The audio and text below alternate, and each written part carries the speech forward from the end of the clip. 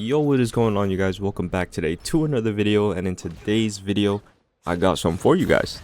Now this one right here is specifically going to be for those of you who might be in the low MR, or you might be new masters and you drop to lower MR. And I want to tell you right now, this is normal. I've talked to people and they say, yeah, you know, it's normal. You hit master for the first time and then you drop in MR. It's personally happened to me. When I hit master, I took a little break because I was like, oh, you know, I hit master. But later on, I was like, you know, I hit master, but I'm not really doing anything with it. You know, why am I playing these other characters when I haven't really like had the master experience? So then I started playing a lot of ranked in master, and I actually dropped down to almost 1200 MR. And I was in a weird place because, you know, you go to streams and things like that and people are like, oh, you know, you're 1400 MR, you might be trash. 1300, you might be trash. Anything under XMR, you know, you're trash. 1500 MR, that's a beginner MR and you fell under that. You know, people say all these things, but at the end of the day, I want you guys to know MR is just a number, and your skill level, it kind of does reflect your MR, but at the same time your skill also does not reflect your MR. The best thing that I can say is if you are in the MR deficit and you're kind of wondering how or what you need to look at to try to get better, that's what this video is for. So I hope this video can help you guys out. If it does, all I ask you guys, drop a like and a sub as always, and let's get into the video. These tips are what personally helped me actually grow and get out. As you can see, I've hit my own personal best of 1613 MR, and I felt really proud of myself when I hit this, because, you know, going from 1200, barely making my way up to 1500 at the end of the last split, and now I'm playing more confident, I'm feeling better, and I actually hit the 1600, and I still feel like I can go past that. I want to show you guys kind of what I learned and changed about my gameplay to actually reach this point. So the first tip I have is create a strategy. Now the way that I do this is, one, you have matchup knowledge, right? You see Akuma, what do you think? Air Fireball, Ground Fireball, he has Teleport Command Grab. Now these are the couple of the things that Akuma has in his kit, so you kind of think of the character's kit. The other thing I look at when I'm fighting someone is, how does the actual player play? I look at a match and I say, okay, I'm fighting the character, but now how do I deal with the player? So let's say I'm fighting an Aki, right? I know Aki, some of Aki's primary ways of getting in is through the Fireball Drive Rush. She might try to dive. You know, Aki players don't really slither in neutral. So then my mind kind of goes, okay, this is what Aki has. How do I deal with it? In certain Oki situations in the corner, I might try to go for more throws or throw setups, because I know Aki's primary way of getting out of the corner is through OD slide. So if I feel like they're going to try to OD slide, might as well try to throw. The only other thing Aki can do is drive reversal in the corner. So that's the only other thing you got to worry about. Another character might be like Ed, right? Ed has very good neutral. He recently got nerfed, but still his neutral feels very good. Snatcher is another very strong tool that Ed has. So it's like, okay, how do I deal with this? So these are kind of the things that I think about before I actually enter the match. This is when you get the new challenger screen, and I go to the basically round start fight, right? These are the things that I think of. In the match, when I'm actually playing the person, that's when I'm starting to gather data on the actual person that I'm playing. Now I do have a couple of checks that I do, and I'll keep this information like in my back pocket. I won't try to execute certain game plans immediately. I just try to collect data. So in the first round, I try to see what my opponent likes to do when they get a combo. What kind of Oki do they go for? Do they try to hit me with setups to try to beat delay techs? What buttons do they like to throw out? Are they playing outside of my range? You know, things like that. And what I like to try to test and see is, can they anti-air? Are they able to react to DI?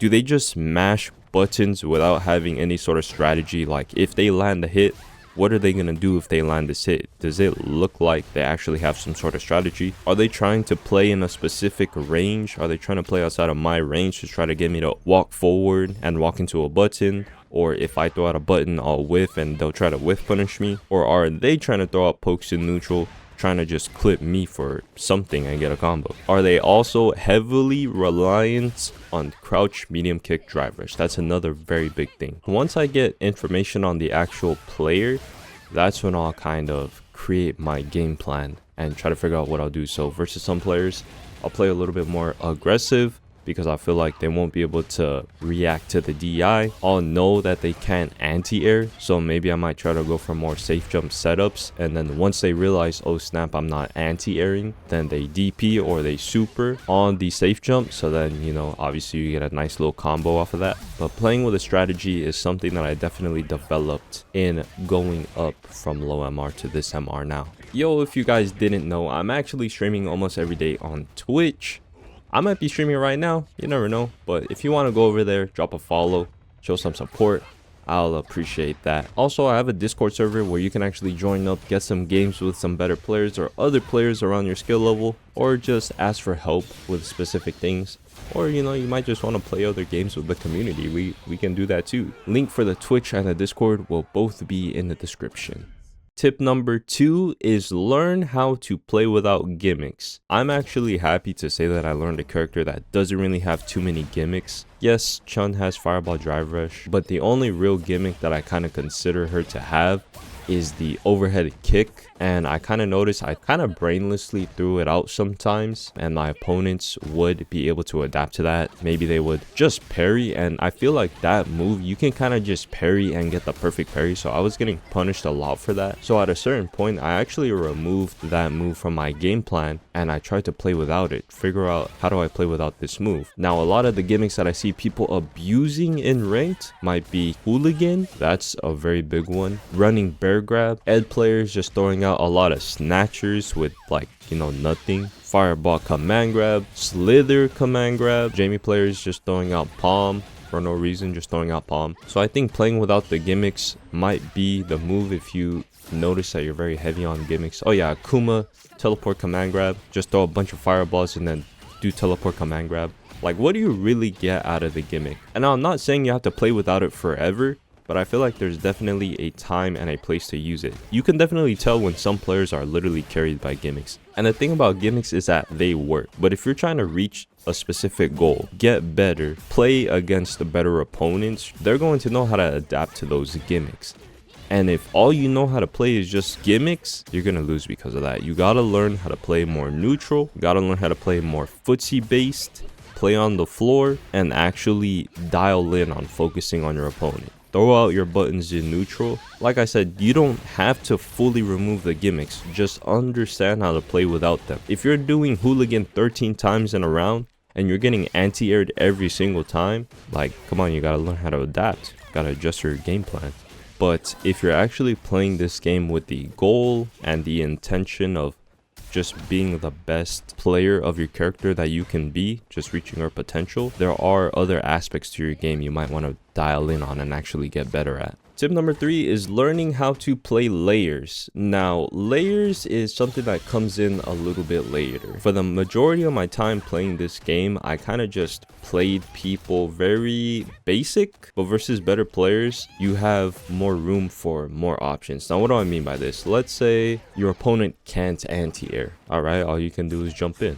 But let's say my opponent is very good at anti-airing. That opens up options for me to actually bait their anti-air. You might have like a fake for Chun, it's instant air legs. Sometimes you can throw that out versus someone who's very consistent with their anti-airs, and they'll just reaction anti-air and they'll whiff the anti-air. So that kind of opens up a little bit of your game. Basically, my approach to layers is just slowly changing your game plan depending on who you're fighting. Versus someone who constantly does wake up DP, or they're not scared to DP or drive reversal. This might be good information for later on. If you're about to win the round and you feel like they're in a desperate situation and they have meter to either DP or super, you might want to go for a bait, and they'll most likely take the bait, do the DP, and it'll either be blocked or whiffed, and you get a game-winning combo right there. You get a round-winning combo. Versus players who are always pressing in the block string, you might not want to go for overhead resets because they'll probably just press. They probably won't even adapt to the overhead. They'll probably just press if they keep seeing a certain move, and it gets them a combo.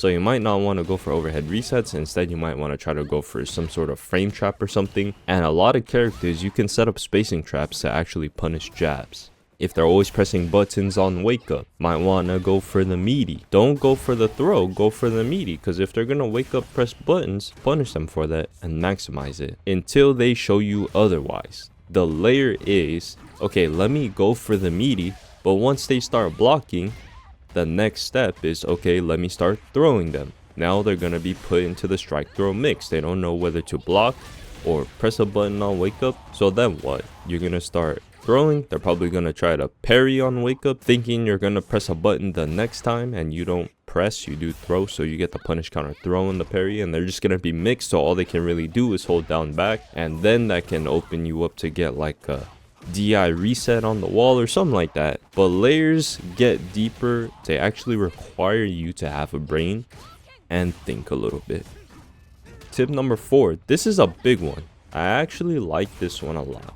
This one is what I really dialed in, focused on, started doing more drills in the training room. It is work on your fundamentals. Work on having consistent anti-airs. You want your anti-airs to become reactionary. You don't want to have to think, okay, I see them jump, boom, let me anti-air. You don't want that. You want to work to get your anti-airs to a point to where if they jump, it's like pressing a button in neutral. You just kind of do it. Okay, I'm in this range, I press this button.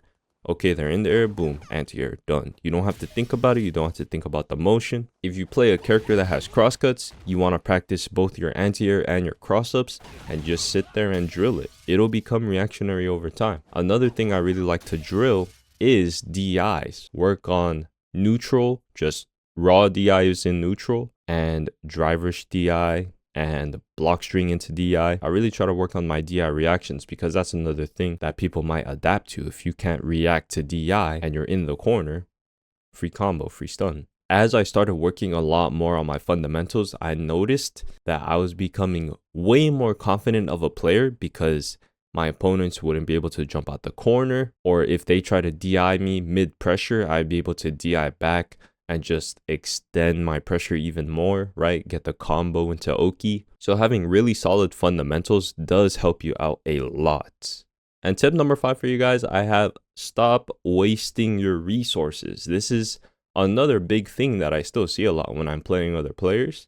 Wasting your resources might be going into burnout for no reason. Let's say you only have 2 bars left and you're trying to play some neutral and you do button into drive rush and you get nothing out of it. You do button drive rush, your opponent had blocked it, you try to go for a throw and they tech the throw. Now you're burnt out. You spent the rest of your meter, didn't get any damage for it, and now you gotta play the round. You gotta try not to get stuck in the burnout loop. You gotta try not to get stunned in the corner. Let's say it's like the first round and your opponent has low health and you still have like 70% of your health. You might not want to spend your level 3 or your level 2. You might want to try to set up an Oki situation and try to seal the round that way. You might not want to spend your super at all. You might want to spend a level 1 if you feel like they can make the comeback. Spend a level 1, but don't get a stun and just do level 3 and you still have one more round to play, because now you have no more meter for the next round. You have no super meter. Just pay attention to your drive meter, your opponent's drive meter. Sometimes you can try to force them to DP into burnout if you get a combo. Sometimes you can force your opponent to use their meter, so this is something you have to be aware of. But yeah, these are 5 tips that actually help me grow and get better as a player. If these help you, like I said, all I ask is you drop a like in the video and a sub. I appreciate all you guys for sliding through. Let me know what else you're struggling with in your MR grind. Maybe you're not even in master yet and there's still things that you feel like people are kind of using to win against you. Let me know what those things are and I'll try to help you out. Drop a video for that. But I appreciate all you guys and I'll see you guys in the next one. Peace.